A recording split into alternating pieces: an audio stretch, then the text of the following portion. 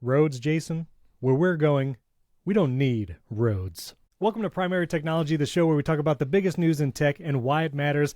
This week, Apple has officially announced the Apple Vision Pro availability for February 2nd, and they released a pretty cool ad. We're going to talk about that, plus the best of CES and some insane things that came out of CES as well. Plus, I have a surprise for Jason, and we have a bonus episode on the death of physical media.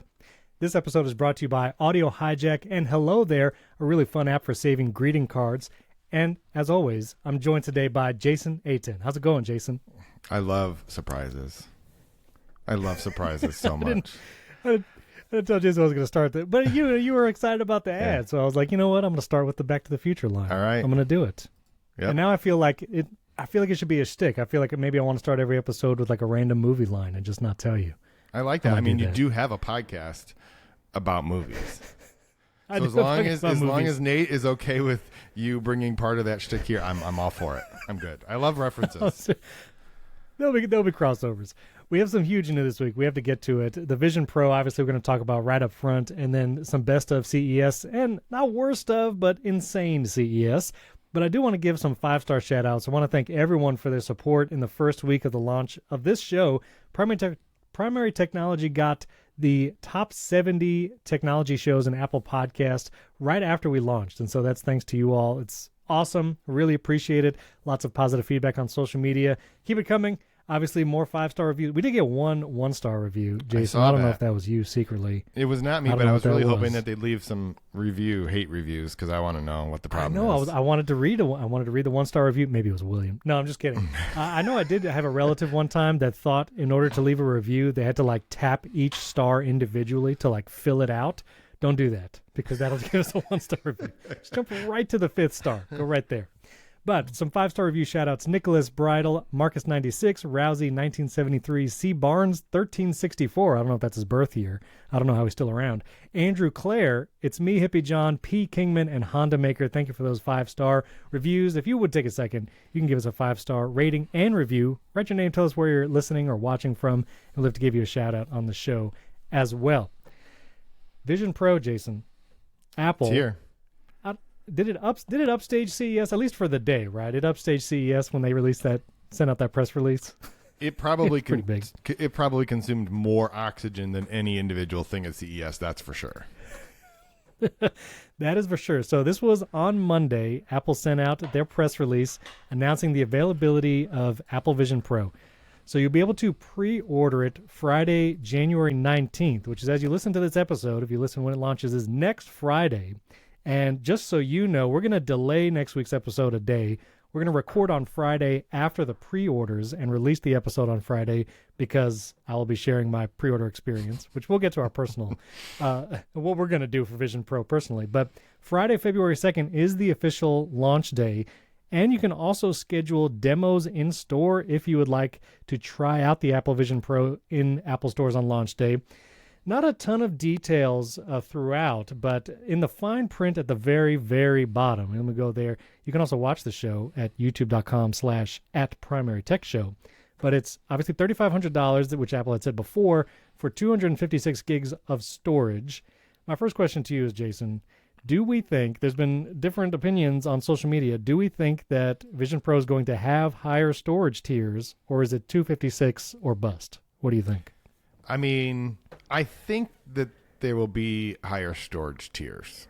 I mean, first of all, it doesn't make sense to say starting at with. So I've heard some people say like, well, that's because you have to pay extra if you need the inserts or whatever. But the sentence says available starting at $34.99 with 256 gigs of storage. I don't feel like you would have put those two things in the same sentence, starting with, right? Like, this is the editor nerd in me thinking like you wouldn't phrase this. And Apple is very, very careful about the way that they word things. And so it feels to me as though there's probably going to be a higher tier of storage available. That's just I don't have any information about that. It is weird that they don't say anything more about that. This is literally just saying the product will be available to order on this date. Here's the minimum amount of information we feel like we have to give you. So I don't know. It'll be really interesting to see the configurator. Mark Gurman from Bloomberg said he thinks there will only be a 256 gig tier. And if you look at something like the Apple TV, where you can download apps, some of those apps are games, some of those games are large, maybe this makes sense, which the Apple TV is only 128, so this is double that. But you're also going to be able to capture spatial video on the Vision Pro headset itself. And so it seems like if you're going to be capturing a lot of spatial video, that it would be surely it'll upload to iCloud Photo Library, which there was this one post, I wish I could have found it, but it was showing someone with the Vision Pro headset on and a like AR window that says your iCloud storage is full. Like, it'll be wonderful to experience that for the first time right there in VR. But, if you're capturing a lot of spatial video, I imagine storage is going to be a premium. So who knows? But like you said, the other argument was the starting at price is because of the inserts, which are $100, $99 for readers. And then if you're getting Zeiss optical prescription inserts, it's $149. Now, you've actually tried Vision Pro, and so this is the question I had was, will you be able to remove or put and remove these inserts? So if you have a prescription, but you would like, I don't know, your kids to try it and they don't need the prescription, can you take it out? To which you said yes, they're magnetic. And I actually went back and watched the event. It shows like the little magnetic inserts attaching onto the lenses. My question is, these when you put on Vision Pro, the lenses are very close to your eyeball. If you are nearsighted, like myself, like if I take off my glasses and hold my hand like 6 inches from my face, it's clear. Like I don't need glasses for that. Would I need inserts for Vision Pro, do you think? I don't have a clue. I know that the ATP guys have talked about this. They talked about it quite a bit, back in the summer, because they're having this conversation about like, what does it mean? Like, what is the focal length? Is the focal length what your eye thinks it's looking at? So if you think you're looking at something at the wall, is that what you have to focus on? Or, I don't really know the answer to that, but my guess is, this is just my blanket answer. If you wear a prescription, you're going to want to give that prescription to Apple and get the inserts that match that prescription. I don't think they would be doing it this way if it because the thing is like 2.5 inches from your face, like from your eyeballs, right? I mean, maybe even less than that. But I do think that it's probably, my guess is that yes, you'll need to, but I'm not an optometrist or any, like, I wear glasses. That's the extent of my knowledge about the topic. And what they do is they actually take so if you go in, well, this is what they did during the demo. I think I can say this. They actually, if you have a prescription, you can just give that to them. Or you can take your glasses and they put it in this machine that reads your prescription from your glasses. It measures whatever the curvature of the thing. So my guess is that if you're wearing glasses for something, they're just going to match that, whatever it is. So. Okay. Well, I'm curious. I mean, I'm going to order. Well, we'll talk about our orders in a second, but I'm curious about that. Also, in the box, it talks about it's coming with this light seal, which is this cushion here. It's going to come with 2 of those. And it's also going to have 2 straps. This is the solo one that will go around the back of your head, but nothing over it. And a second style strap. This is the dual loop band, which the top band looks kind of like a trail loop for an Apple Watch, and the rear band, and this probably more stability. Now, it says it's going to come with 2 light leak seals or light seals. Do you remember from your demo, is it like, are there different shapes and different kinds of light seals, or is it just 2 of the same one, do you think? I don't know if you would get 2 different ones. That's a good question. I do know that they fit the light seal to the shape and size of your face, basically. Obviously, there is only a set number of options for that. But, if you have a giant nose or a small nose, or if you have all those different types of, if you have a smaller head, like they do a scan, and part of that is figuring out which light seal would fit you. I don't know. It'd be interesting if you could say, please give me 2 different sized light seals, because that would make it more more flexible and more usable by multiple people, you and your spouse or you and your kid. So I don't know if that's what they're saying, or if they're just trying to give you 2 light seal cushions. Now the alternative is it does say it only gives you 1 light seal but 2 cushions, so maybe it's because you're going to want to wash those, right? Like maybe the cushions are going to get gross and you're going to want to wash it and put the other, because if you've ever used a pair of AirPods Max, think about how beautiful the white ones are after a while. That's what you're going to have. I did not get the white ones. I got the black ones. I regret not getting the blue AirPods Max to this day, but you have the black ones. I'm interested. Now, you were excited because Apple actually released an ad alongside the press release, and you wrote an article about it. Jason, tell me, what do you like about this ad? Well, I love this ad because it's very similar to the original iPhone ad, right? Which was just a whole bunch of people answering phones. That's the entire original iPhone ad, was just all different types of phones, but they were all from movies, right? They were just scenes from movies with people answering the phone. And this ad for the Vision Pro is just a bunch of movie characters putting things on their face, right? But they are iconic, and every single one of them is recognizable, right? You know, there's Luke Skywalker and Snoopy and SpongeBob and Iron Man and and Doc Brown. And I just love that there is this, like, Apple's not going to convince some people that they should use this computer unless they can get people used to the idea that it's cool to put something on your face. And so, I mean, you know, no one makes fun of Iron Man for wearing a mask, right? No one makes fun of Luke Skywalker because he has something on his face, or Snoopy, like, getting ready to go off and fight the Red Baron, right? In a dog fight. So I think that what they decided to do, the story that they decided to tell, is to just lean all the way into the fact that this is a computer you wear on your face. But that's fine, because look at all the cool things you can do. You can time travel with something on your face, right? You could fly. You could fight Thanos. Yes, you can destroy, you know, World War II villains like Snoopy. Like, you can do all these things. And so I think that I love the ad. I think it did exactly what it needed to. If they would have tried to show off, like, the technology or the things you can do with it, forget it. It would have just been a waste. And Apple does this with their ads. The same thing was true with the iPod ads, right? It was literally just silhouettes, black silhouettes against color, dancing around with the little white, you know, iPod and the earbuds. And so I think that they're trying to tell a story that this thing is going to be cool. I don't know if that's really true, but I want to know how much Apple paid in licensing to license all those clips of movies to play on a YouTube and commercial. But most of them are Disney, honestly. Yeah, I was going to say, if you notice, quite a few of them are Disney. And then Snoopy, a lot of them are Disney. They also, you know, they have the Charlie Brown Christmas and a lot of the Snoopy stuff. The Apple Watch face has the Snoopy face now. So, like, they do have some of these relationships already. And so I'm sure that had something to do with what they ended up with. That's true. I've forgotten the original iPhone ad, so it's here in your article. We'll link this and everything. We'll talk about it in the show notes. But it's a bunch of people saying hello, picking up the phone, like black and white movies. You got all the way up to, like, Harrison Ford saying hello. And there they go. Back to the Future. Again, Back to the Future made it in both the original iPhone ad and the Vision Pro ad. So it did. You know, and what's ironic to me about there's Pulp Fiction in there maybe. What's ironic to me about this, the thing that makes me laugh about this is, I don't know anybody who uses their iPhone to answer the phone anymore. Right? I hate it when people call me on my phone, on the iPhone. I just let it go straight to voicemail, and then I never listen to it. Unless you are my wife or you are one of my children. And my children, if my children call me, it's because something is burning. It's an emergency. They don't ever call me. It's either an accident or someone has died. That's it. Exactly. Let's say this. This is probably a personal tech for the future. Do you even have the phone app on your dock or on your main home screen?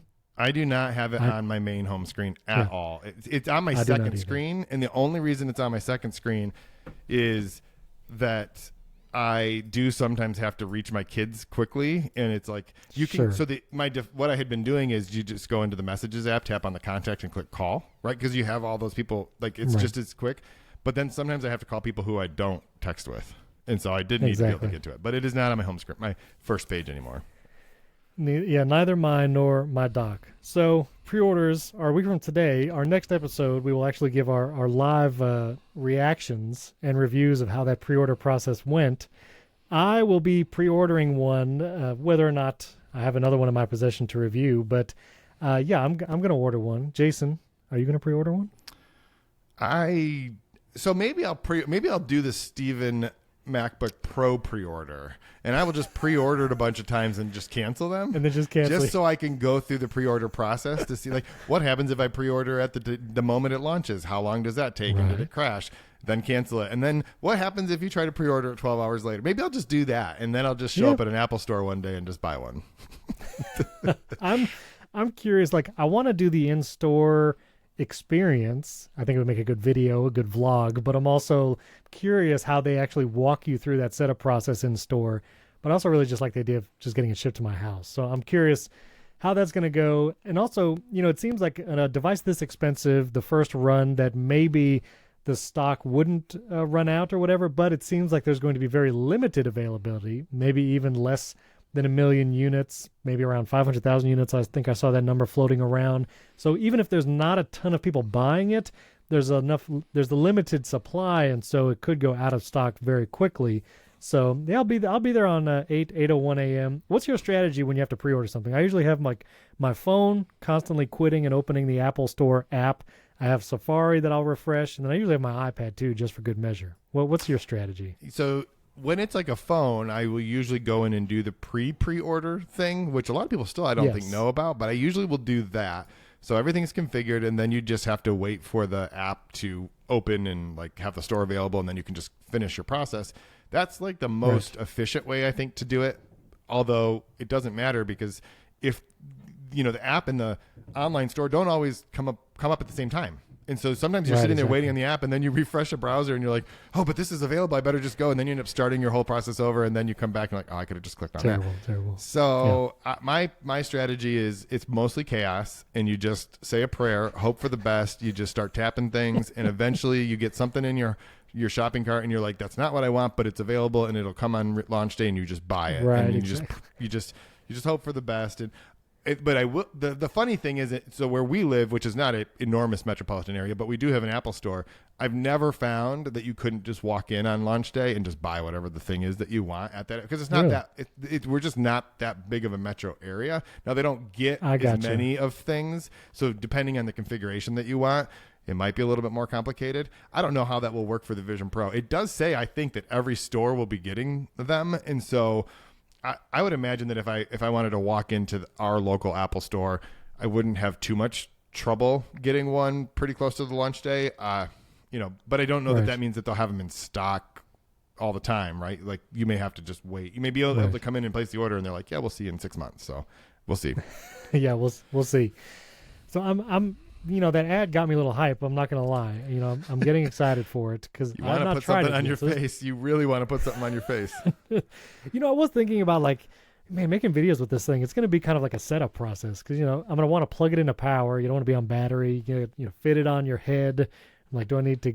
I don't know. I'm curious how all that's going to work. But at least for you, having actually tried it, is there an app that maybe you already used or that you often use now, or just some app that you're looking forward to using on Vision Pro specifically? I think for me it's Fantastical. I think that's going to be hot in VR. No, I'm excited. The Fantastical guys are great. I love their app. It's amazing. But I don't know. What do you think? What apps are you excited to use on this thing? Well, I want to say something about Fantastical, which is only that when Apple started to talk about the developer sessions, they were like the featured developer. Like there's a picture of them like sitting down to do their little thing, and I'm like, it's a calendar app. Right? You just want to sell a $3,500 headset, and the thing that you came up with is like, we have a developer who's making a calendar for VR. I just think like that's very interesting to me, that the sort of a juxtaposition there. It's like, but I have 4 devices right now that run Fantastical very well, and only one of them was $3,500, right? The Mac Pro. Well, it's interesting because even in their press release, like productivity is like the main, like it talks about the interface or whatever, and then extraordinary experiences, and it talks about the apps for productivity, and Fantastical is the first one in the list. Then Freeform, an Apple first, party app, Jigspace, I'm not even familiar with, and then Microsoft, Slack, and just then talks about like other things, entertainment and all that kind of stuff. So like Fantastical is like the number one productivity app seemingly that Apple is pushing on Vision Pro. So and here's the thing. I don't like it when people use the word literally for something they don't mean literally.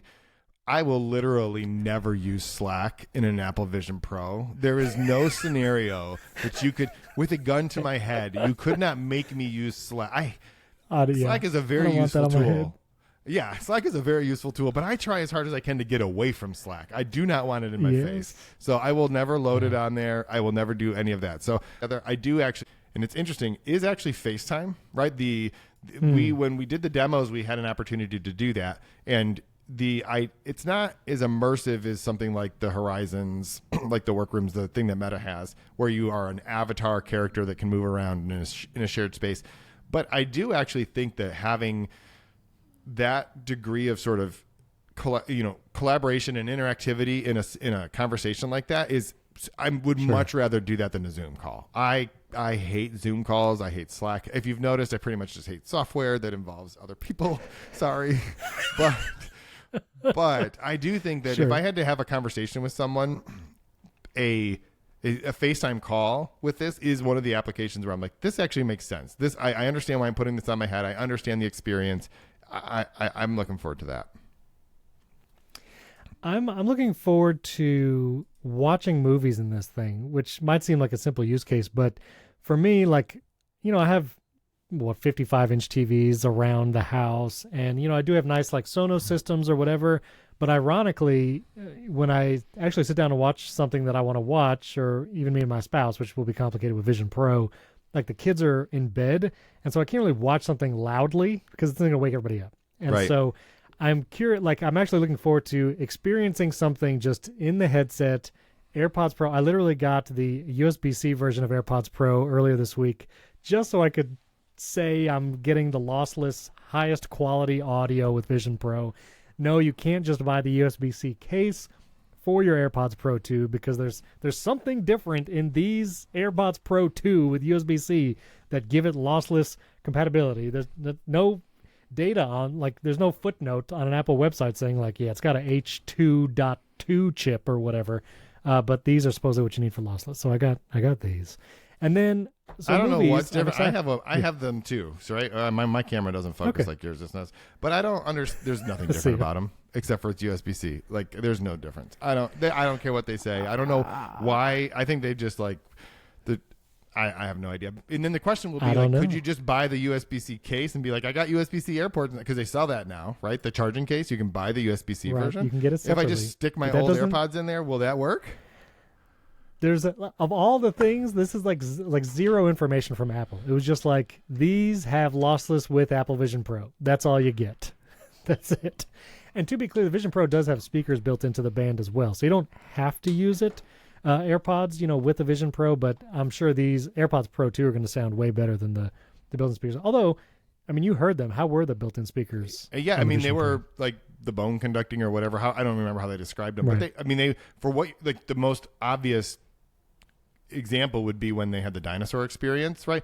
It was intense. Like, you could hear. Now, I don't know how much of that bleeds out, which is probably a good reason for using AirPods Pro if you're in a situation where you don't want to disturb other people or you just don't want them to hear what you're doing. So I do think there will be an application for both, but I would not say that the built-in speaker capabilities are going to be inadequate from what most people are going to do. Okay. Well, I'm excited. So next episode, you will hear what and how and if we pre-ordered the Apple Vision Pro. Let us know on social media. You can contact Jason and I, or, leave us a 5-star review and tell us, are you pre-ordering Vision Pro or what you're excited? Oh, and the other app, I forgot to say, I'm excited to try editing a video in Vision Pro because you'll be able to connect Vision Pro to your Mac and, have windows that, your Mac is basically, it's a great display, love it.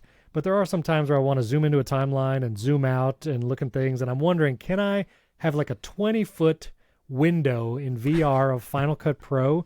And will it lessen the amount that I have to zoom in and out of the timeline? Will I be able to see the audio detail waveforms more granularly in this huge window so I don't have to like keep zooming in, zooming out, zooming in? So that is the other thing I'm curious to try. And podcast editing too, but you can't use Apple Pencil with Vision Pro, so probably won't be doing podcast editing, but I'm excited to try. I feel like there's a Jurassic Park reference there. Just because you can doesn't mean you should. Oh, that's good. Oh, maybe that'll be the next episode. I'll start with a Jurassic Park reference. Okay. That's pretty good. That's pretty good.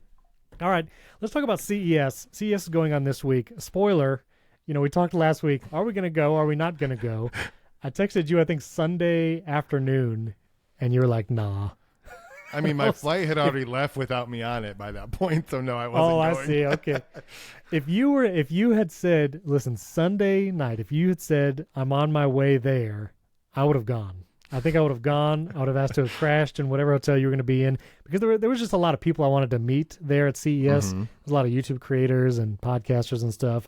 But when it comes to actually like the exciting tech of CES, watching it from a distance, it's like, there's a few things that really matter that really like are going to apply to people's everyday tech use. Then there's like a ton of insane stuff that really has nothing to do with people.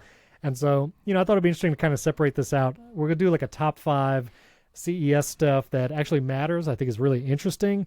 And then we'll talk about some insane tech and the Rabbit R1, which is just, I think, just another interesting gadget. But anyway, I don't know. Do you want to go back and forth on our top 5? You want to go? How do you want to do this? Why don't you go through yours? Because I think one of ours overlaps, so I'm going to have to come up with something else here, and then I'll go through mine. Well, I'll ask your thoughts after this first one. But sure. This first product is actually the Belkin MagSafe tracking dock. It's an auto tracking stand that it uses a API or a I don't know what you call it. It uses this iOS 17 DockKit technology. What is it called? DockKit. Isn't that it uses DockKit. It uses DockKit. Dock. And once it's paired, the iPhone will face track you, either with the front-facing camera or the rear-facing camera. And what's powerful is this DockKit can be built into third-party applications. And there was even a session on it at WWDC. This is the session actually from this past June. And once you pair it, then you can it will follow you. And this will work in apps like Zoom, Microsoft Teams, Google Meet. If Riverside adds it to their app, it'll work with that. So you don't need a third-party app. There's no Belkin app or anything. It will just track your face with the built-in DockKit. Now, in this example, if you're watching, this is the WWDC session. I'll put a link to this in the show notes so you can actually watch the whole video where it talks about it. Does a really good job tracking him. I actually got this in a demo, like a WebEx video call before CES, and it looked really cool. During the demo, I commented hey, this looks like center stage is really, being hyperactive, because it had that kind of feeling at first, that center stage where it's trying to follow you. Maybe it's not doing the best job. But this thing, it looks promising. I think the most powerful part is this can be plugged into any app and just track you. Also, this dock can be battery powered, so you get 5 hours of battery just built in, so you don't need to have it plugged in or anything. And obviously for solo creators and maybe even video podcasters or whatever, this will be, I think, a really powerful tool to track you. So I think this is exciting. This is going to be available soon. You can't buy it just yet, but it should be coming in the next couple of weeks. It's $180, but yeah, it looks cool. What do you think about this? Well, I will say, on the last part, you can't buy. That's true of most of the things that you might see at CES, that when you go to the website, it's like, email me when in stock. That's a pretty common thing because it's pretty early days for a lot of this stuff. Their CES's schedule doesn't always align with people's production schedules. I want to ask the question that I feel like William would ask right now, okay? Which is, if you had center stage on and you were using this, do they fight each other? And so the camera just keeps going back and forth because the camera moves, but then center stage tries to get you into the center of the picture. Hopefully Apple has figured out, that. I'm sure they have. They wouldn't have released a technology, but that just feels like the weirdest possible outcome here, that you have a device that's moving to keep you in the middle and you have software that's moving to keep you in the middle. Stage. And they just keep going back and forth and everyone gets motion effect. sick. Yes. Everyone just gets motion sick. You don't want that. I put this on my list as well because I do think that this is, it seems like based on their marketing that they're clearly targeting this towards creators, and then they also list that it'll work with FaceTime and other popular video conferencing apps. And so maybe if you're doing a webinar where you actually want to get up and move around a room, I could totally see that would be a useful thing to have. It does, because there's a big difference between a webinar where someone can stand up and point at things and move around than a webinar where someone is doing what we're doing, which is sitting at a computer screen. So I think that this could be a really interesting device. The reason I put it on my list is actually just oftentimes when you see something like this is the first real example of this product in the wild, and it's kind of expensive, but I can totally see that in the future we might see other devices from other companies, not just Belkin, that are a little bit less expensive, because really at $180, this is for content creators and someone who is a professional educator online, that type of thing. But I actually think this is a cool example of something. It wirelessly charges. It's made for MagSafe, which means that this is Apple. It's not approved, but it isn't just a knockoff type thing. It has the NFC tap, so I imagine if you have this at your the standby should work, right? Because it'll remember that type of thing stuff. So I think it's pretty cool. I'm looking forward to. I would like to try this. So if Belkin wants to send me one, I would absolutely review this product. Yeah, sure, yes. I'm very curious. So I'll also do my other four are much faster, but the next one is Qi 2, which I talked about Qi 2 in several videos previously, and now Qi 2 is like officially out there, not just in charging stands, which there were a few before CES, but now we have some battery packs, and now this is actually a product from CES that you could buy right now, which is the Anker MagGo Power Bank. This is a 10,000 milliamp hour battery pack. It's got a little screen on the side, so you can actually see the charge of the battery right there, which is really nice. And it is Qi 2. And just to quickly recap, Qi 2 is based on MagSafe. Apple actually shared the MagSafe spec with the Power Consortium that developed Qi 2. So Qi 2 is basically like MagSafe, where you get 15 watts of charging, a faster charging than normal Qi charging, like any battery pack previously, aside from Apple. So if you had a Anker or Mophie or whatever before now, it would charge really slow, probably around 5 watts, and it would get really hot. Everyone that I tested got really hot. These using Qi 2 should charge faster, again, 15 watts. There should be less heat because it's a more, just a better connection with the phone. There's less heat dissipation. And Qi 2 has some communication features with the phone, which I'm hoping will allow things like being in the battery widget, maybe, or having like as in a standby mode in iOS 17, how you can have different standby screens depending on which stand you put it on. There's a little like NFC communication between the stand and the phone that allows for that. I'm hoping this Qi 2 allows for some of those things too. I immediately bought one because I've been wanting to test these. Belkin is also coming out with some, and Mophie, but those aren't coming until March. So this Anker one is the one you can get right now. I bought it. Should have it, I think by next week was the date, because it's also on Amazon. But it is $90, pretty expensive. The Apple MagSafe battery pack was $100, and everybody freaked out about that. But this is a little bigger capacity at 10,000, and it's Qi 2. So I'm excited for Qi 2. And, I like battery packs. I like them better than battery cases. But were you a battery case, or you like battery pack guy? I mean, I did like the battery case that Apple used to sell, the actual Apple version. My main reason that I liked it was because it had the shutter button. That to me was the killer feature of that case, is that it had the integrated shutter button. Now I do like the battery, although I think I heard that the juice pack is coming back, the Mophie, like the one that used to slide Mophie's together. Making the case. Yeah, yes. So I did like that. I had a lot of affection for that one. I currently use an Anker like battery, but it slides into a stand, right? This is my favorite to-go battery pack. I do like the Apple one, but this one is, I really like this one. Partially, the main reason is because you can push a little thing on the side and it tells you how much charge you have left. This seems like the next generation of it, only that thing's chunky, right? Like that is a chunky boy that you're going to stick on the back of your phone. So I feel like for me, it would be something that would be great to throw in a backpack when I'm traveling. I don't think I would use this on a regular basis, just because it makes your phone, it seems like, a lot less pocketable.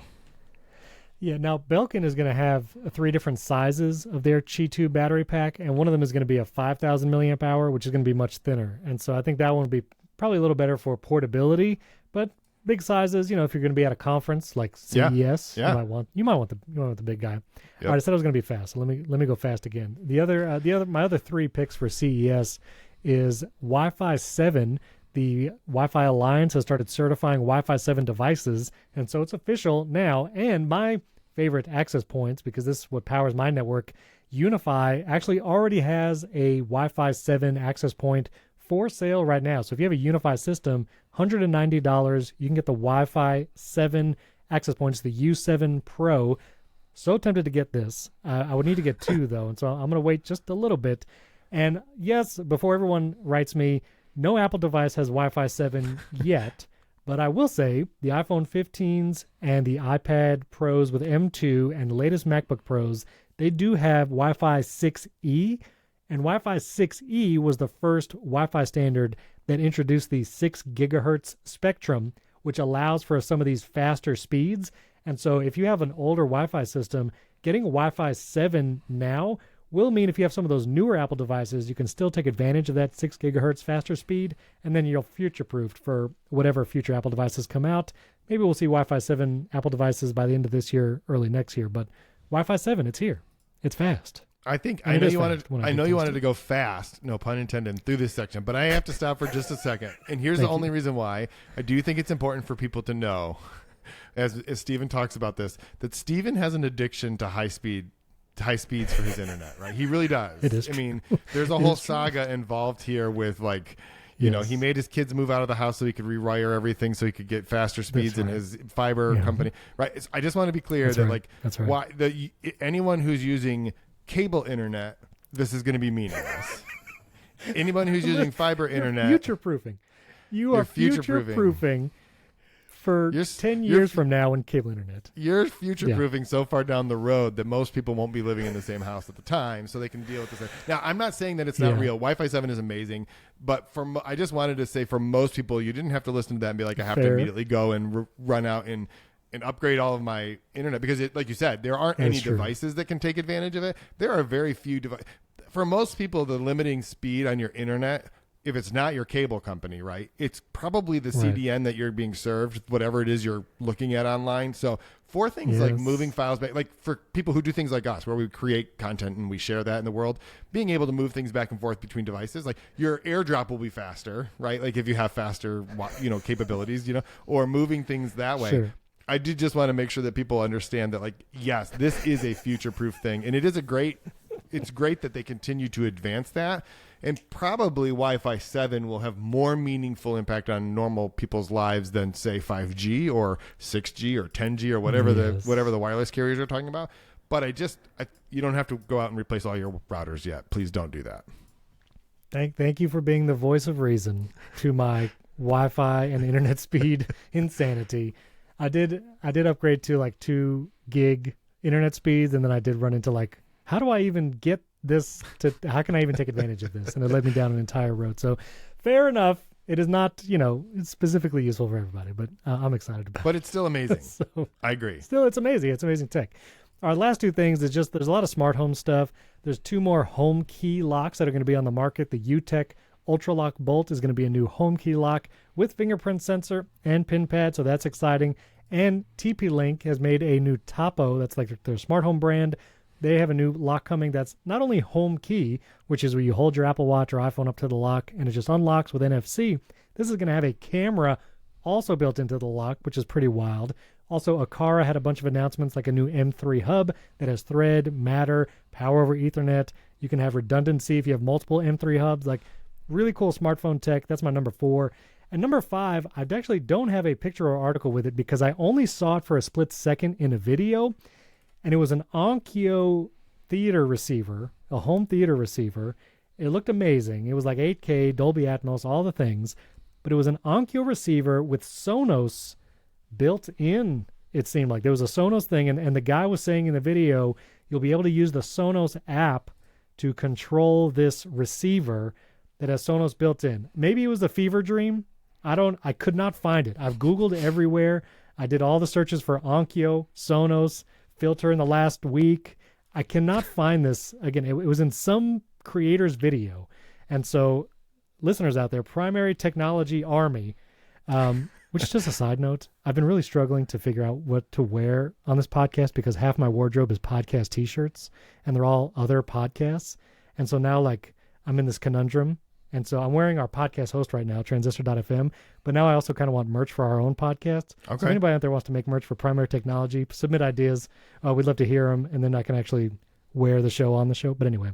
Stephen would like a uniform is what he's saying. I would like a uniform that I could just wear on the show. I want to know what this Onkyo receiver is, so if someone can find any information on this, or if anyone was at CES that actually saw it in person, I would love to hear about it. Because I like home theater too. That's another obsession of mine. So, anyway, Jason, I want to hear your top 5. But before we do, if you would, we would like to thank our wonderful sponsor for today's episode is once again Audio Hijack. And I'm just going to say it right up here at the front. We actually made a little faux pas on the deal. Typically, they give 20% off, but a typo in an email has resulted in you being able to get $20 off Audio Hijack, which is a bigger discount than normal, and they have honored it. Thank you, Paul. And so you can get Audio Hijack, the cheapest ever from anywhere else because of a typo, but right here in Primary Technology, you can get Audio Hijack $20 off. And let me just tell you, Jason and I are using Audio Hijack right now. It's the best way to record anything on your Mac. If you make podcasts, if you record voiceovers, if you want to capture audio from an application. I do this a lot, like Jason said, with my movies podcast. Sometimes I'll want to record the audio from a movie, and I don't know if you're supposed to do that or not. But anyway, I can record it directly in Audio Hijack because it can capture audio from an application. They also now have a transcription block. You build it right here if you're watching on YouTube. You can actually build little sessions, and you can record either to a file. There's a new transcription block that you can transcribe whatever audio is being recorded. You can have multiple inputs. If you've ever wondered how you can record two USB mics connected to the same computer, if you try that in GarageBand, you can't do it because it only lets you choose one USB input. Well, Audio Hijack lets you do it. I do it all the time when I have to do mic comparisons. I'll connect like 4 USB mics to a Mac, and Audio Hijack lets me record each USB mic to a separate audio file. No problem. It's great for podcasting. You can even live stream audio now. You can bump up the volume. They have actually controls for that, as well as EQ and compressors. Audio Hijack is simply the best. Cannot recommend enough. I also use with Loopback for some things to create virtual audio devices and a ton more. So I don't have the actual call to action. Would you like to say anything nice about Audio Hijack where I find out what to say about it in the end here? Yeah, sure. So I think let me make something up really quick. I will just say my favorite thing about Audio Hijack is that I use it about 4 times a week, but those 4 reasons that I use it are completely different. And it lets you create different types of sessions based on the thing that you're doing. So you can just set one up that's like, I'm using Zoom and I want to use Audio Hijack, and you can have all that set up. You don't have to change any settings then when you go to record with Riverside, because I have a completely separate one already created. I really like the fact that I can just open it up. I can click what is it I'm doing, and I've already got all the presets. I've got the whole thing built. I can just click on it, and it does what I need it to do without having to tinker with it when you're because normally if you're opening Audio Hijack because you're about to record a meeting or a podcast or whatever it is you might be doing, the last thing you want to do is have to adjust settings. And Audio Hijack has a lot of settings. That's one of the features. Like, that's the benefit of it, that you can control almost anything. But I really like the fact that you can just kind of go through and you can create, it calls them sessions, in advance, move the blocks around based on what it is you're going to do, and then you just run it. You don't have to think about it. It's just good to go. Exactly. So go to macaudio.com/primarytech. The link is in the show notes. You can click it there. And through the end of January, you get this special deal, even more special because of a typo. Remember, $20 off Audio Hijack or any of their bundles. Like, get it with Loopback for even more powerful audio control. Use the coupon code PrimaryTech, and that'll let them know you heard about them from us. macaudio.com/primarytech, coupon code PrimaryTech, all one word. Our thanks to Audio Hijack for sponsoring this episode. Now, you have some top CES picks here, and this is great because I didn't even miss it. I missed it. So tell me, what are your top picks from CES? Okay, so I'm only going to give you 2. I moved one of them because I realized it was actually insane. So we'll talk about it in a minute. But I actually had 3 other ones, but one of them was the same dock that we've already talked about. The first one is the LG Cinebeam Cube, which is a 4K projector that'll project up to 120 inches. Now, it's pretty small. It's only 3.2 pounds, which means it's not, there's going to be some limitations. One of them is that it's only 500 lumens output, which means you're not going to be able to, show a movie in your backyard in the middle of the day. But the reason I love this thing is we have a projector. It's probably an Epson because most projectors are made by Epson, at least the ones that consumers buy, and it's fine. But it's also like as big as it's like as wide and it's the same footprint as my MacBook Pro, only it's 10 pounds, right? So it's not a thing that's super convenient. This you could just take with you. It's got a handle, right? You could just take it with you anywhere and project 4K. So I think it's really cool, and it just looks good, right? This is a thing that you would want to use if you were traveling and you wanted to have a projector. Do most people need a projector? I don't know, but I mean, I think that anytime it's fun to have. Yeah, and it's sort of playing into the trend where you're making a device that for a long time was essentially just a utility, but you're actually making it look good. And that's a thing that, let's be honest, projector companies have not done for a very long time. So to me, it's as much a piece of art as it is a tool that a thing you could use to watch movies or to watch TV I could just totally imagine, like, you could have people over and you have this thing sitting there, you're watching the Super Bowl or whatever it might be. Obviously, if you've got a really nice TV, we'll talk about the TVs in a minute, but I think that this is like the right combination of It does a good thing, but it also isn't ugly, which is surprisingly not that high of a bar for a lot of technology that's made today. There's also a Gimi. Yeah, no, that's good. There's also a Gimi 4K projector. I think it was the Halo Max that was announced at CES. And that one looks really impressive too. 4K, like double light source, all this kind of stuff. It's bigger than this. It's not as compact. But 4K projectors, I like watching movies outside sometimes at night. And I have a cheap, projector just to bring out there. But yeah, 4K, and they're all 1080p. So a 4K projector would be pretty sweet. That'd be fun. I agree. So that was my first one. The second one that I'm going to mention is the Withings BMO, which I don't know if you're familiar with Withings, but they make a lot of like smart health technology. So like we have a Withings scale. We have 2 Withings thermometers, especially during COVID. This was like the thing you had to have was a thermometer, right? So that you could tell if you can send your kids to school or if you're allowed to leave the house or that kind of thing. And it was, they're super easy. You just push the button. This is that only they've added a couple of additional features to it. So in addition to being a thermometer, it is also a blood oxygen sensor, and it does an ECG. I don't know what the difference between an EKG and an ECG is, but it's a medical grade ECG. Either. And and you might wonder like, well, why do I need those things at home? Now, I mean, the Apple Watch does all these things actually. So I'm wearing the same thing all the time. But what's cool about this is it does sync with Apple Health, the Health app on your iPhone. And if you were to do like a telehealth appointment and it has a digital stethoscope.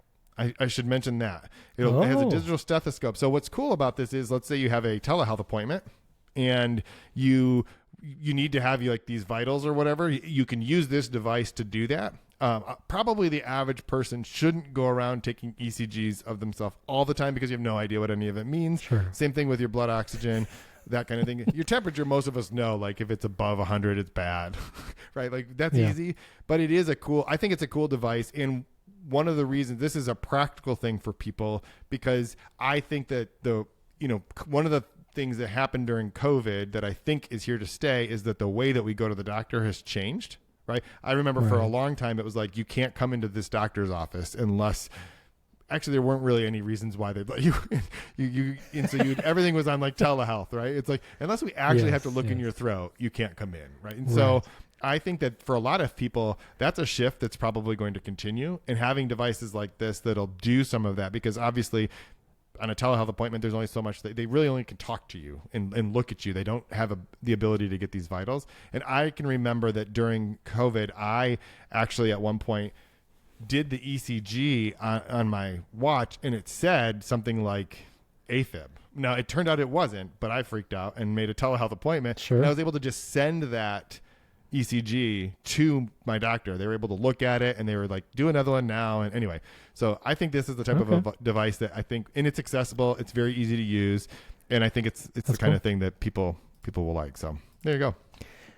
I do think, with the next Apple Watches, I've said this multiple times, but when the Apple Watch gets glucose monitoring and we get like some more key health statistics that are more trackable just with something on your wrist or a device like this that's just sitting in your home, I think health is like the next really big innovation moment. And even just like, if you've never done it, if you get like labs, you get like blood work done at a doctor, many of those like places where you can like create an account and access your records online, you can bring them into the health app. And I actually find the health app gives you some pretty useful data, as far as it'll tell you like, here's the normal range for vitamin D, and this is where you landed in that range. And a lot of times the other lab companies will do this too. And I don't know how much of this I need to say. Like, I'm not a doctor. Don't take medical advice from us. I don't know what disclaimers I need to say. But just bringing your labs into the health app, I think, gives you some interesting information. And it definitely looks nicer than any of those other lab websites and all those services. Much easier to read. So you should do it if you haven't done it yet. You should try it. All right. This has been a good show. Well, I'm going to have to go fast here for Insane CES because we have some big follow-up, and I want to talk about the Rabbit R1. LG made a transparent TV for CES. Why, I don't know. And then also, there was a huge TV. Let me pull it up here. This was, I think, a little more interesting. This was a 137-inch TV that folds, like literally just collapses together. You can see it in this video down here. It's like just folding out which is cool, I guess. It's also $200,000, and you get an outdoor version for $240,000. Like, I'm sure it looks great. No human is going to buy this. Well, no normal human is going to buy this. But, cool to see the tech folding TVs, I guess. But I don't know. I know also some crazy stuff in cars. Tell me, Jason, what did you like about the insane tech at CES? Well, so the transparent TV is cool. They did LG showed that off before, but it was just like a concept. This year, they're basically saying we're going to sell this thing. I don't think they disclosed prices, and from people who were there that I trust, it was a really cool thing, but it wasn't actually that great of an OLED TV. So it's kind of like, if you want it for the novelty, that's good, but it's not necessarily the thing you want to sit around and watch movies on. So that's great. If you want to show a fish tank screensaver, that's basically what it's for. If you want it to look like a fish tank, but not actually have fish. Right. That's what it's Which I don't know who needs that, but if that's you, then that's fine. A villain. A Bond villain. A Bond villain. That's a good point. That's who wants it. So the two things that are like staples of CES are cars at this point and TVs. You talked about the TVs. Apparently now Volkswagen is saying that you'll be able to talk to ChatGPT in your car starting later this year. I don't know why anyone needs this. This seems kind of strange to me, because I have enough problems with Google Maps and Apple Maps sometimes not understanding what it is I'm trying to do. I don't really want to ask ChatGPT, tell me how to get directions to this thing, and ChatGPT just makes something up. Like, come on, like driving a car feels like one of those things where we need a slightly more reliable interface than an AI chat assistant that will just lie to you. So but I do think it's interesting. I don't know. Volkswagen is a big car company, and they tend to make pretty reliable vehicles, so I don't really know what's happening here, except that everyone needs to find a way to incorporate AI and ChatGPT into their product, and so maybe this is Volkswagen's thing, but it does seem like someone should have workshopped this a little bit longer and thought, like, is this really a thing that people need, and will it make them buy our car? So, I don't know. No. This is not a selling feature. No. Don't do this. No, I agree. And tell me one more time, because I saw this a couple places. The Samsung Bali robot.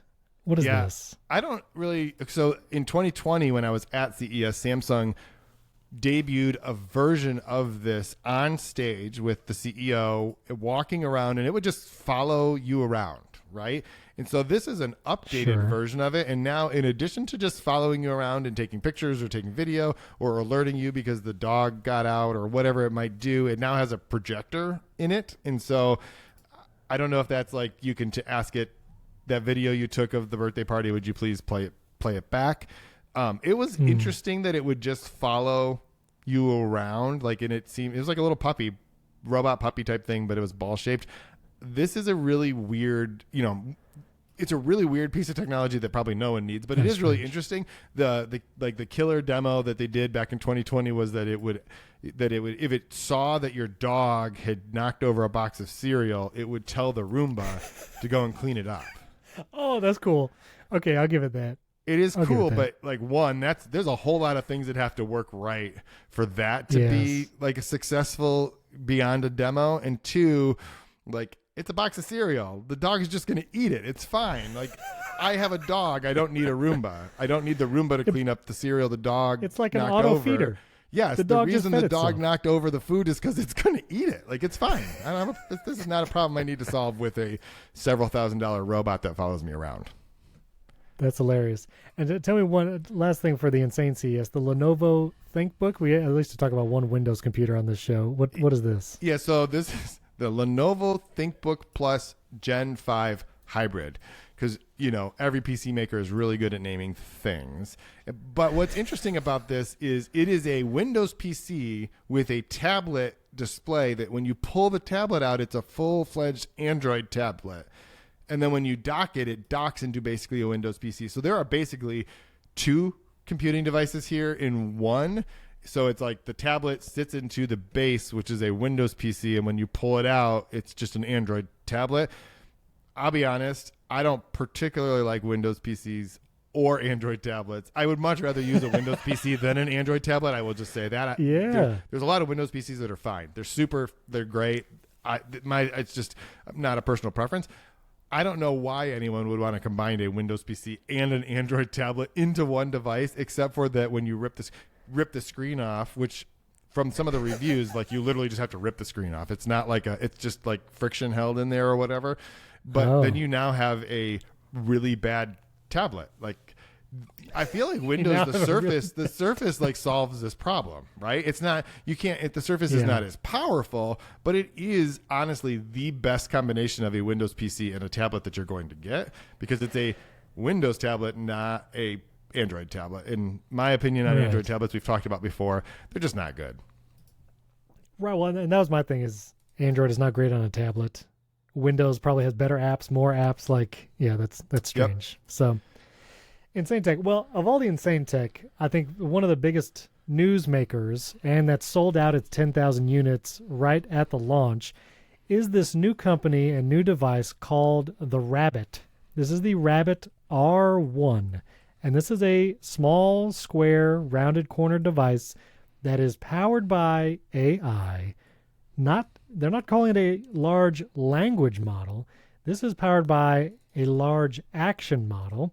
And this device is supposedly, they say like all these devices, like the AI pen, it's not going to replace your phone yet, wink, wink, but it's going to do a ton of things. And the idea is like, no one likes to use apps anymore. So just tell this device to order you a pizza, and it will communicate with the apps for you and then do the things. And it will tell you the pizza is coming, or it will tell you that your car has been booked for Uber, and that it would supposedly be like the most supercharged assistant because it can actually do things, not just talk to you. This was very exciting, apparently. And I have a theory about why these kinds of devices are like so exciting right now, like the AI pen, but it's interesting. One thing, I looked at The Verge's article, and I'll put links to both their keynote and The Verge article in the show notes, but there's this screen in The Verge article where it basically shows you having to connect all these different services to the Rabbit R1 device, including things like your music service, Uber, DoorDash, Amazon, eBay, Best Buy. Like, you have to connect all these services to the R1's, I guess, cloud. This way it can actually do these things for you. And like, I guess it would be cool if you could just tell a thing to order more toilet paper and it does all the stuff in the background and then the toilet paper shows up. But, it really feels like this is just, if there were a bunch of shortcuts actions, or if Siri could like just do more, like voice assist, like this is what it's a voice assistant, but just like way more powerful. No one's going to give up their phone, I don't think. And my theory is phone innovation has slowed down enough where people are just kind of now excited by things that look different. And the fact that this is like the engineering was done by Teenage Engineering, which is, really popular. Like they make really cool hardware. So like, shout out for all of that. But, again, interesting. I don't think people, like for me, if I'm going to be ordering from DoorDash, I want to actually like see with my eyeballs the DoorDash app and see the confirmation screen. And like, I trust that. I feel like putting another layer on top just for the quote unquote ease of it, maybe. I don't know. What do you think about this when this came out? Okay, so I think it, I don't know why it exists. That's my first thing. Except Sure. I will say that it seems like it has slightly more reason for existing than the Humane AI pin, in my opinion. Because it has a screen. It's got a screen. And it's closer to a phone than a pin. Also, you don't have to wear it on your chest. Also, right. It's sort of billed as an accessory to your phone, right? Like it's not billed as a thing you would use and never have to pick up a phone again, if I'm understanding it correctly. But I'm still not really sure why it exists. And I think I don't know if you read Ben Thompson's Stratechery, his assessment of this is it will surely fail. This device will almost certainly fail. And his argument is because of the business model. It's like a $200 device with no subscription fee. And even though all the computing happens in the cloud, it's like, how are they going to make money? How is this thing going to, maybe they're just trying to get bought. That's a real thing that startups do. It certainly got a lot of press. And so that's really good. I just don't fully understand who thinks that they need this particular device. Like, again, the perfect accessory to your phone feels to me like a watch. It's a thing you wear in a place Yeah. that is normal to wear things, not on your chest, not like whatever. Right. I don't. If Apple builds its the rumored large language model and makes Siri actually better, I feel like the Apple Watch then becomes like the killer accessory to kill all of these things. Not just killer accessory and like it's great. It's like going to kill all these things. So And- I think it's really interesting. I'm glad there's companies that are making this sort of thing, that are sort of pushing the envelope. I don't know. I don't understand. And I think the interest is like we talked about in last week's episode, where someone asked ChatGPT like a 2-minute long question about currency exchange and why it's different for different countries. It's exciting when you can just kind of ramble, or you're not quite sure how to phrase something, and a piece of technology can understand you enough to do the thing you actually intended, even if you didn't say it clearly. And I think that's the rub when you try to use Siri, or even Amazon's assistants and Google's, which are maybe better than Siri at parsing some of that imperfect commands. You do kind of have to know the magic words to say to get it to do exactly what you want it to do. Even like Apple Music on HomePods, trying to play the exact album or artist you want. Like my kids will say like, hey, can we play a thing? We're driving in the car. And so I'll hold up my watch and I'll say, play this song by this artist. And they'll be like, oh, no. You have to ask it like this in order for it to know the exact song or artist. And it's like, right. That's the pain point for things like Siri and these other voice assistants, where you have to know the incantation in order to get the right thing. And I think that's what these devices, why they're attractive to people, is because it eliminates that need to know the exact words to say in the moment. But if Apple, with their digital voice assistant, can get that large language model parsing and be able to understand imperfect commands, then I think it will eliminate the need for a lot of these other devices. Well, and you may have changed my mind, because rambling, you talked about rambling, is my specialty. And so if I can just talk to a device the way I normally talk to you or to anyone else, and it will understand me, that might be better, because you're right. None of the assistants are particularly good at that. I would probably argue Google is actually maybe the best at doing that most of the time. But you're right. Like, we think of prompt engineering when it comes to ChatGPT, but the real killer specialty is prompt engineering just to get Siri to play the music that you actually want to listen to. But I think if Apple adds a little bit more intelligence to its artificial intelligence, then it could become like the default way that most people want to interact with their devices. So yeah.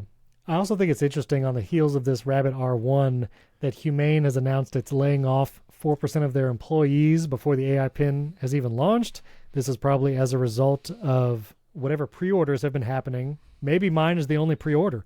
Who knows? I might be the only one who got one. And so I think it's telling that even before this device launches, Humane is having to have some serious layoffs. And then I also feel like the GPT store launched earlier this week, where you can like get custom GPTs.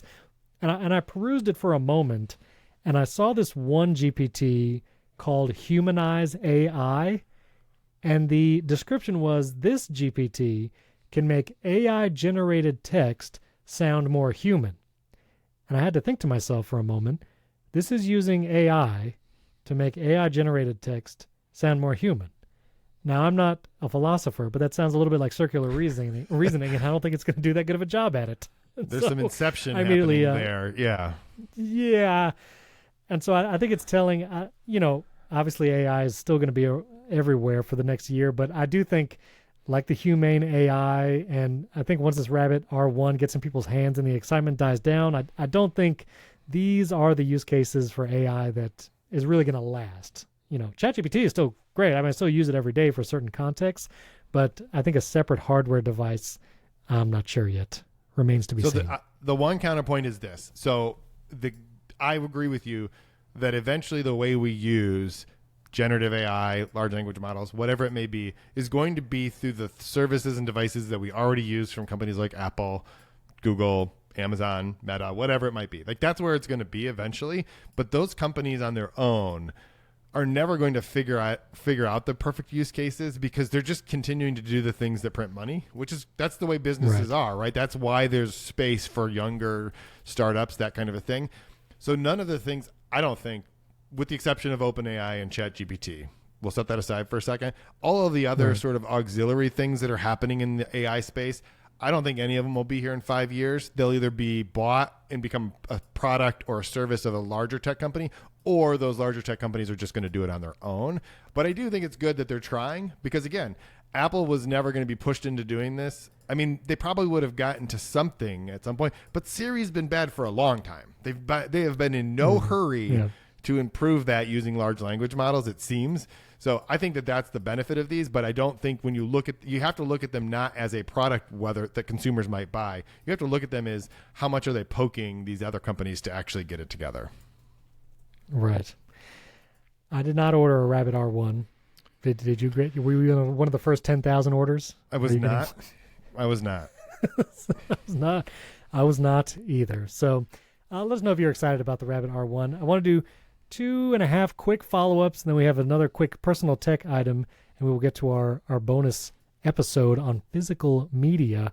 But do want to follow up on the Hey Cal, and then I think DHH did something a little dirty, but then the Hey Calendar app is now officially in the App Store, and the saga has ended. But can you remind me again what exactly DHH did with Stephen Hackett's history calendar? It felt a little kind of grimy. Yeah, so the super short version of this is that Apple rejected it because essentially the app itself had no functionality except for a login screen. And Apple, this is what happened with the email app too. It was like, well, you have to let people sign up for an account or it has to do something. So they were like, fine, we'll make it do something. What we'll do is we'll add in a bunch of dates of interesting events in Apple's history so that if you open the app and you don't have an account or before you log in, you can just use it to browse through that stuff. The thing is, what they said they did is basically create a, quote, digital version of the 2024 Apple History Calendar that raised over $40,000 on Kickstarter, which was made by Stephen Hackett. He's the co-founder of Relay FM. You can hear him on a bunch of great podcasts. Now, DHH went on to say that they didn't actually use his research, but he was the one who said it's basically a digital version of this thing that this other person spends months putting together. If you listen to basically any episode of Connected in the fall after this Kickstarter has launched, you'll hear Steven talking about how much work is involved, and like he and his kids are literally like packing them into packing calendars into envelopes to send them out and take them to the post office, and how the people at the post office look at him like he's crazy. And basically DHH and 37 Signals were like, well, we'll just do that. We'll just do the thing that someone else has already done, and we'll just put it in our app because then that will pacify Apple. Yeah. And the reason I think that this is worth mentioning is that DHH, especially David Hannemeyer Hansen, loves to sort of claim the high ground against Apple, right? To say we're just this scrappy company and we're just trying to do a thing and take care of our customers and all this stuff. And Apple's the big meanie that's trying to just take our money. And yet what he basically did is just completely ape something that someone else had worked very hard on. And I feel like once you do that, like, man, if you had any high ground before, you just gave it all up because I think that most people would objectively look at it and be like, the thing you just did is far worse than Apple rejecting your app because it only has a login screen. Right. Because you could always resubmit that app. Like, you're already making us think about it. But yeah, that's unfortunate. To one other quick one. So we talked about Apple stores last week in our personal tech section, kind of our favorite Apple stores. And I totally forgot to mention this application, which is called Facades. It's a free app. You can get it for Mac, iPhone, and iPad. But it basically has a full directory of the Apple stores. I don't know if it's international or at least here in the U.S., but you can basically go in and see pictures, see information about all the Apple stores. And it's really fun just to browse, or if you'd like to learn about like your particular Apple store, like what model it is or what layout or when it launched. And it is international. You can look at all the different Apple stores around the world, which is really cool. And talks about not only their hours, websites, like, which is then makes it easier to like make an appointment there or whatever, but the Facades app, really cool. Definitely should check it out. And speaking of which, I have another surprise for you, Jason. Oh my goodness. We talked about last week about Apple stores, and you showed off some of your merch. Well, guess what, Jason? Look what I got. Oh. Look what I got right here. That looks like an Apple Store employee shirt. You are good eyes, sir. Good eye. So this is a long sleeve shirt, and then I got 2 long sleeve shirts and a jacket. And this is from a good friend, a listener, and viewer, Nate Gorby. He messaged me on social media, and he was like, "Hey, I got something I want to send you." And so he didn't say what it was. It just showed up, and I now have two pieces of Apple merch and a jacket. Well, 3 pieces, 2 shirts and a jacket. It's very cool. I'm scared to wear them ever. Like, I don't know if probably can't wear this in a video and talk about the iPhone, because then Apple's going to be like, excuse me, you're Where'd you get this impersonating a genius or some kind of Apple Store employee. Yeah. I am just glad to hear someone send it to you, as opposed to the story was going to be you just went behind the building and started looking through the dumpster for old. Because I don't think that this is what they wear now. I think that the uniforms have changed. So I think those have been retired. But I'm just like, where did he get these from? Someone sent them to me. I did not mug an Apple Store employee. But these are my first pieces of merch with the official Apple logo on them.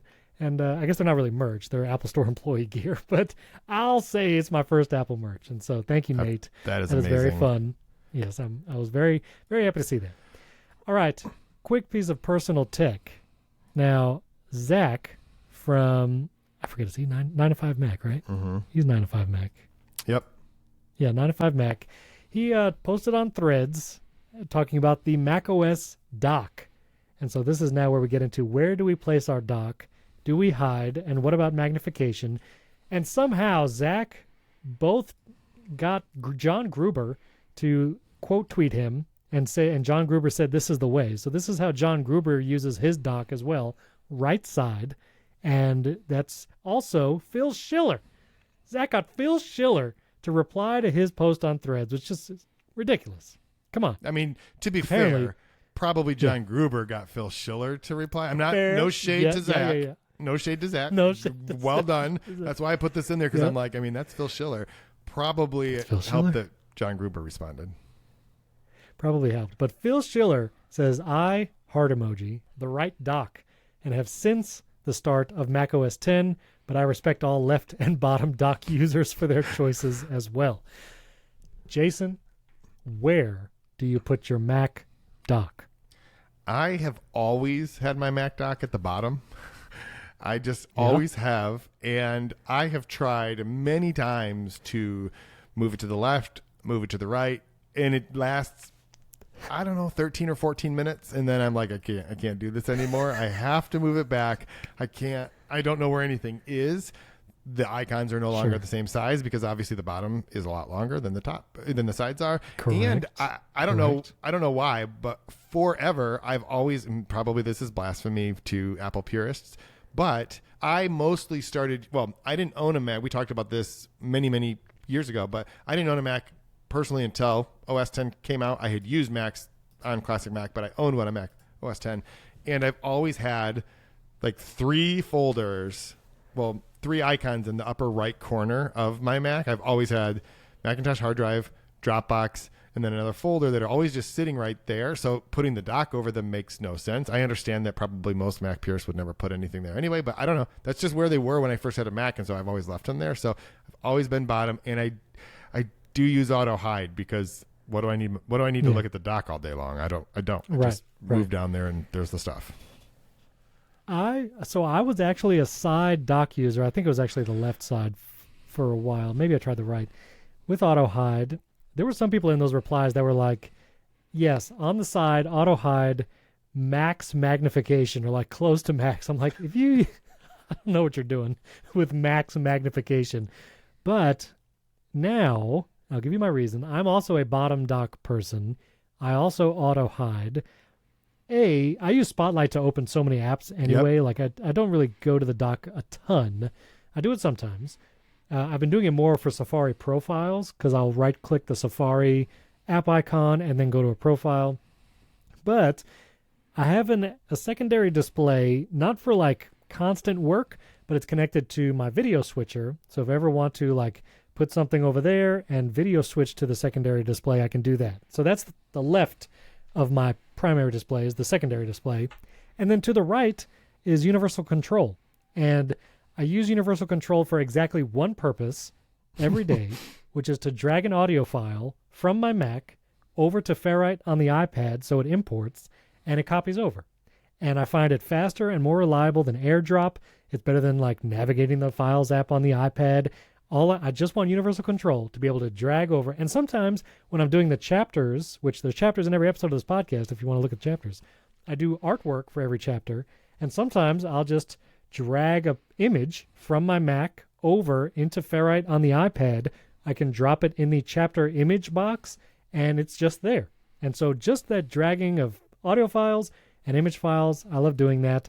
And I don't like the dock popping up if I'm doing universal control on the right or if I'm trying to go over to my secondary display on the left.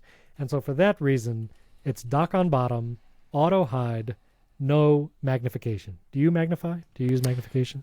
I think I have like a very small amount of magnification on, and it's just because I'm mostly blind and I have a lot of things in the dock. And so it's nice to have just like a little bit of separation. I don't use the dots though. That is to me, heresy to have the little dots on. I do not need dots to tell me what's open. Wait a minute. You could turn off the little dots? You're kidding, right? Why would you have Jason? those dots on? So if you go to settings, desktop and dock, there's a show indicators for open applications. That should be off. I think every Mac user can agree with me on that. I just toggled it. Oh my goodness. Years, Jason. Years. How could you look at your screen? I don't even know how you could. Oh. See, I toggle off suggested in recent apps. Like whenever that setting came up, I didn't want it. I never wanted that. I don't want to see any recent suggestions in the dock. Never. But I didn't know you could turn off. Now, honestly, and I can see why that would be hard because it's literally the toggle immediately above the show suggested in recent. It's really hard to find. But listen, now I know I can do Command Tab, and I can see all the apps that are currently open. And if you didn't know, Mac users out there, when you're Command tabbing, hold the Command button. If you're tabbing over to an application, you can actually do Command Q when an app is highlighted in that app switcher for Command Tab, and it will quit that app without even like having to go to the window or anything. So you can quit like all your apps very quickly just using Command Tab, Q, Q, Q, Q, like hold the command button, Q, Q, Q, Q, Q. It'll quit all those apps. So you can do that quickly. I'm going to have to see how I feel about the dots below the apps. I'm really glad, though, you didn't try to demo that. Because I was close. All of a sudden, Chrome just quit everything. I can see you moving your hand. I'm like, don't do it, Steven. Just don't quit try. Don't quit it. It's good. No, you do not need dots. You really don't. Well, let me ask you. Okay. Why do you care what's open? Why is that important to you? They because launch on a podcast, so fast. I don't want Final Cut, and I don't want like any like processor intensive apps open. That's why I care. So here's not that I'm going to give Steven pro tips here, but no, please. So for the things like that I would not want open in a situation like that, they don't go in my dock. So that way, if I don't see them in the dock, I know they're not open. Oh, I see. So like Final Cut is in my dock right now because it's open. If it's not in my dock, I'm podcasting with Final Cut open. Jason, you have Final Cut open while we're recording a video podcast. It's not doing anything. It's just sitting there. Let's see. I'm going to find out how much is like what percentage of my CPU is Final Cut using right now. It's probably fair enough. It's probably not much, and like I've actually even in the top 100 things. So I've accidentally left it open, and I will say macOS and Final Cut is very good at not like zapping your system. No. And so it's using 1.2% CPU right now. It's basically snoring. Listen, I don't want to make you feel bad, but you did freeze twice while we've been recording, and we just played it off. That's not my CPU. I have an M3 Max MacBook Pro with 64 gigs of memory and 2 terabytes of hard drive. It is not the laptop. It is my internet connection, and it's because right now it looks like Narnia outside because we're getting a snowstorm, and I have to I had to run the heat ahead of time into my office, which is 30 yards away from my house, which is a shed. It's a converted shed. It's nice. It's a very nice shed, but yes, it's a nice shed. That is the freezing that you experienced. I've actually been considering doing one of those office sheds in the backyard, and your internet is now making me question that decision. Well, you would run Ethernet to it. You'd run 10 gig Ethernet all the way out to it. I mean, let's not. I have a solution coming. I have a solution coming. Okay. Very, very good.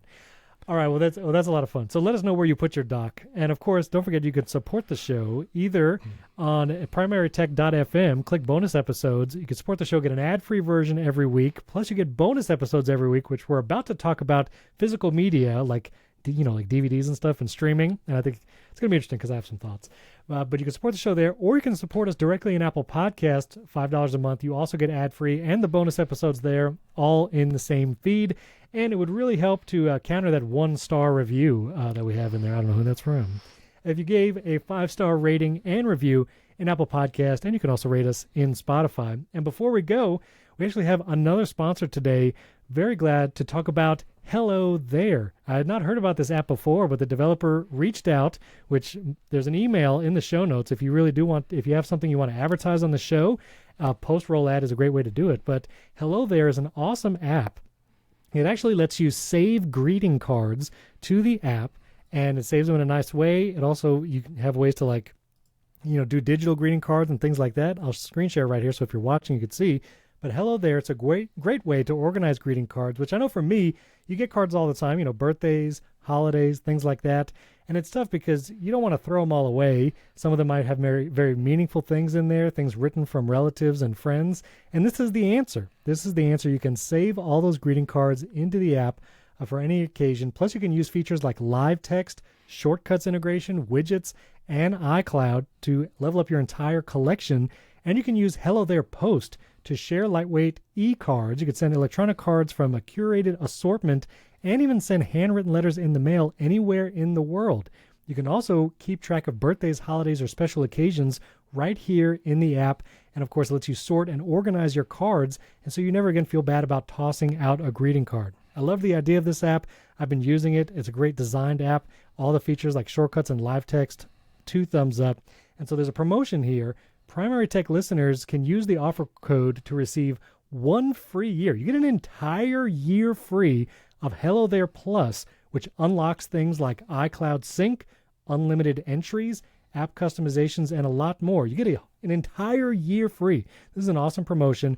Just use the promo code Hello Primary Tech in the app. When you're in the app, you go to Settings, you go to the subscription, and there's a redeem code at the bottom, and use that code Hello Primary Tech. I already did it. Got my year free for Hello There Plus. Best way to save your greeting cards. Highly, highly recommend. It's pretty cool. Then you don't have to have a drawer full of greeting cards that you don't look at. You can just have them on your phone. It's pretty sweet. All right. I love this. I love this app. I just want to say I love this app because it is such a perfect idea that solves a real problem for people. I'd never heard of it before. I won't download it on my crappy internet while we're podcasting because Stephen would yell at me, but I'm going to as soon as we're done. And it's an iPad and iPhone. It's very cool. So thank you, Hello There, for sponsoring the show. Yeah, and you can get it there. And so you can, the link will be in the show notes. You can click it there as well, plus the offer code. If you forget, just look in the show notes for all of that. And of course, thank you for listening to Primary Technology. If you're a supporter, stay tuned for the bonus episode. It'll be right there in the feed as well. Thanks for listening. We'll catch you next time.